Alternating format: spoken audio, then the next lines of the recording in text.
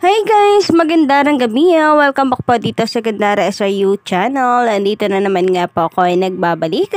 Nag-iisa ninyong nagma magandang collegiate tarikad si Gandara upang makatid ang latest update and fresh happenings patungkol sa TVJ. Basta mga balita na may kinalaman po sa Itbulaga, sagot na po natin yan. Ganon din po sa mga balita sa loob at labas ng showbiz. Kaya naman ano pang iniintay nyo? Sa mga hindi pa nakaka-subscribe dyan sa aking channel, maaari lamang napindutin ninyo ang subscribe button at notification bell para mag-updated ka at una sa mga nilalabas nating balita. Samantala, ang nakikita nyo nga po dyan sa inyong mga screen na ilan po sa mga kuha sa Itbulaga kanina. So yan po yung mga kaganapan kanina sa EB para sa mga team online.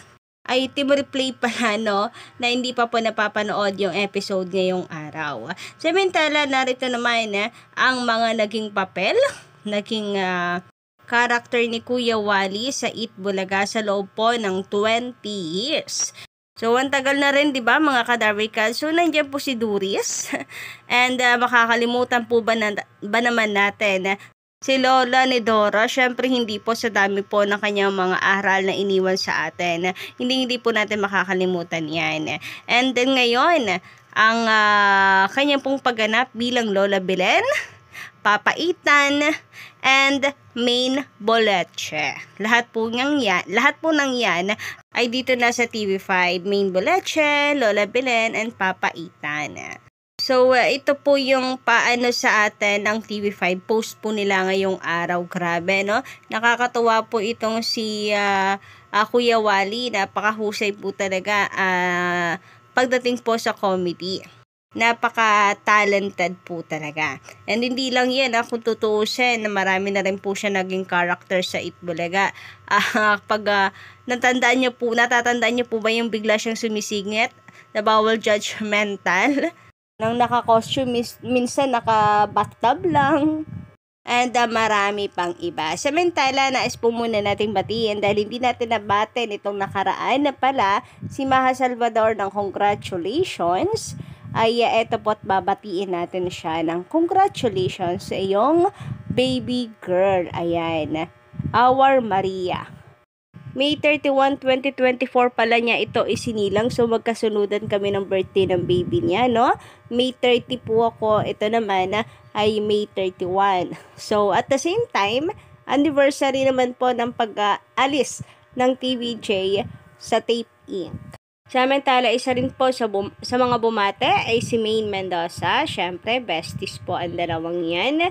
And sinabi nga po niya dito na, wow, grabe po ka-excited at super happy itong si Main Mendoza. Congratulations, Mama Boo. Si Main Mendoza kaya kailan? Sana siya na po yung next, no, mga kadarikads? For sure, isa po si Boss Joey sa magiging super happy pag nangyari ito. Kasi halata naman po kay Boss Joey kung gaano po siya ka-excited kay Main na tumuntong po sa sunod na step or yugto na kanyang buhay, ang maging isang ganap na ina. Diba ng mga nakaraan, kita nyo naman kung gaano po niya pinag-iingat parati si Meng. Meng, ingat!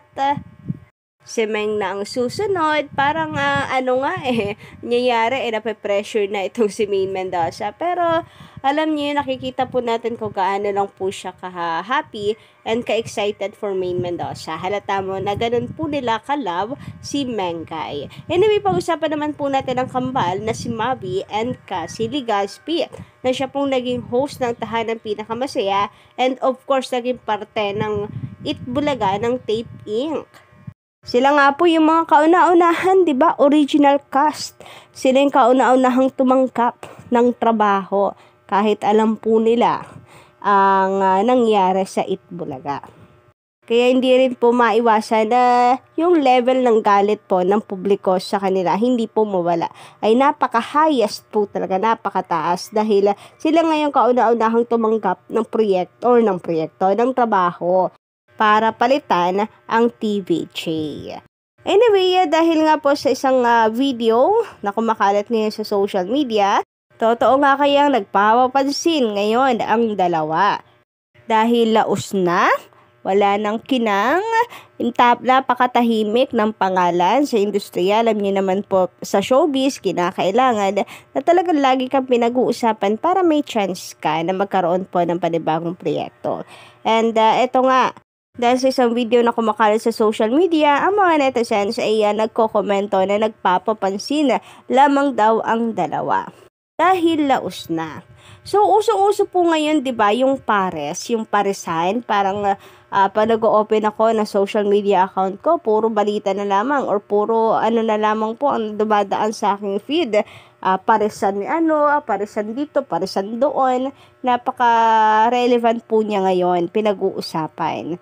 And napakarami pong influencers ang ginagamit po ito ngayon para sila po ay makasabay sa trending, tumaas ang views, food review. And ito nga pong kambala ay isa sa mga sumabak sa isang paresan ng isang sumisikat ngayon sa social media. Pero hindi po maiwasan na sila ay mabigyan ng negatibong komento kagaya nito. Public image, syempre. Kukunin ang simpatya ng taong bayan para mapansin.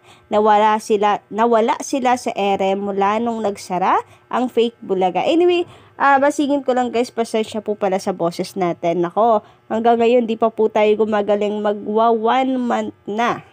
Kaya nga kaunti lang din po yun na-update natin araw-araw. So, kinakailangan ko pa naman dahil nga sa malapit na rin akong manganak, need natin ng pera, pero wala ganun talaga, napakasama po ng panahon natin ngayon. Sobrang init. Ngayon dito umuulan-ulan na, pero wala pa pong 30 minutes, sumitigil na. Nagpapasingaw lang po ng lupa, lalo na pong sumasama yung pakiramdam natin. Iisip ko nga kung tigilan ko na muna yung pag-update, mag-rest muna. Pero wala kailangan talaga mga ka-legit Tarikats kasi malapit na rin yung due date po natin. So ito na nga, sabi dito, nawala sila sa ere mula nung nagsara ang fake bulaga. Ang layo nila sa anak ni Aga, na si Atasha na wala talagang kaarte-arte. Nagamumukbang ng kwek-kwek.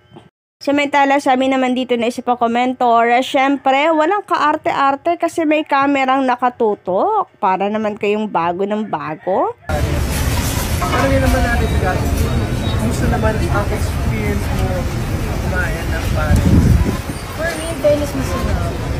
Siguro ako, mataas yung expectation ko para sa Hindi ko dapat ganito masarap sa lahat ng pares in the world. Bang in the world? Pag hindi, oh my gosh, why?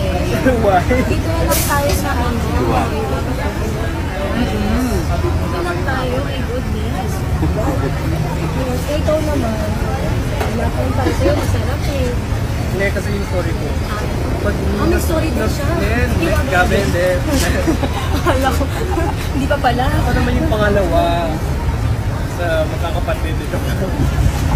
Dalawa lang tayo eh. Ano kawan ito? Ganun ba? Kasi syempre natikman ko na yung iba't ibang pares sa iba't ibang produto. Kasi bata ko nagpupumpit ako sa tennis na. Ayaw nga. Pero so far, ito pinakatapos. Natikman ko yung pares. At huwag kayong magulat pag nakikita niyo ako dito ng mga 3 AM, 4 AM kasi 24 hours pala. Joke lang. Bakit 3 AM? Huwag tumatawag ba? Sabi, nasan ka na? Ba't wala ka pa sa bahay? Dito ako sa Hiwaga Pares ako doon. 4 AM na! 4 AM na? 4 AM na! Grabe naman nun. Oh, sarap. Ito pa. Okay, extra na tayo. Okay, after this, mag-interview lang tayo kung makain. Napaalam na natin, so anytime ko. Extra na na. Yung pinaka-extra natin is, pwede nasa car na, nagko-compare na kayo sa experience. So, yun po yung video nila mga Kadabricans. Pero sa halip na papuri ang kanila matanggap na walang kaarte-arte sa pagkain. Mga artista pero kayang kumain ng mga simpleng foods sa street. Good job sa kanilang mga magulang na napalaki sila ng maayos. Walang kaarte-arte. Kabaliktaran po ata. Sapagkat Ang mga komento doon ay hindi naman daw po sumusubo yung dalawa. Kanin lang daw po na kanin ang kinakain. For sure ay simpatya lang daw talaga ang hinahanap. Hindi man nga lang daw po ginalaw ang pares. Kagaya po ng mga komento ito na makikita nyo sa inyong screen. Puro kanin sinusubo. Puro kwentuhan. Sumubo man sila ko konti ng didiri mga yan. Puro kwento lang naman. Di naman kumakain puro kwento with laughing emoji. So kayo po ba guys, mga kadarwikads, ano inyong masasay patungkol po dito? Pa-comment nga lang po dyan sa baba and don't forget to click the subscribe button and the notification bell for more updates.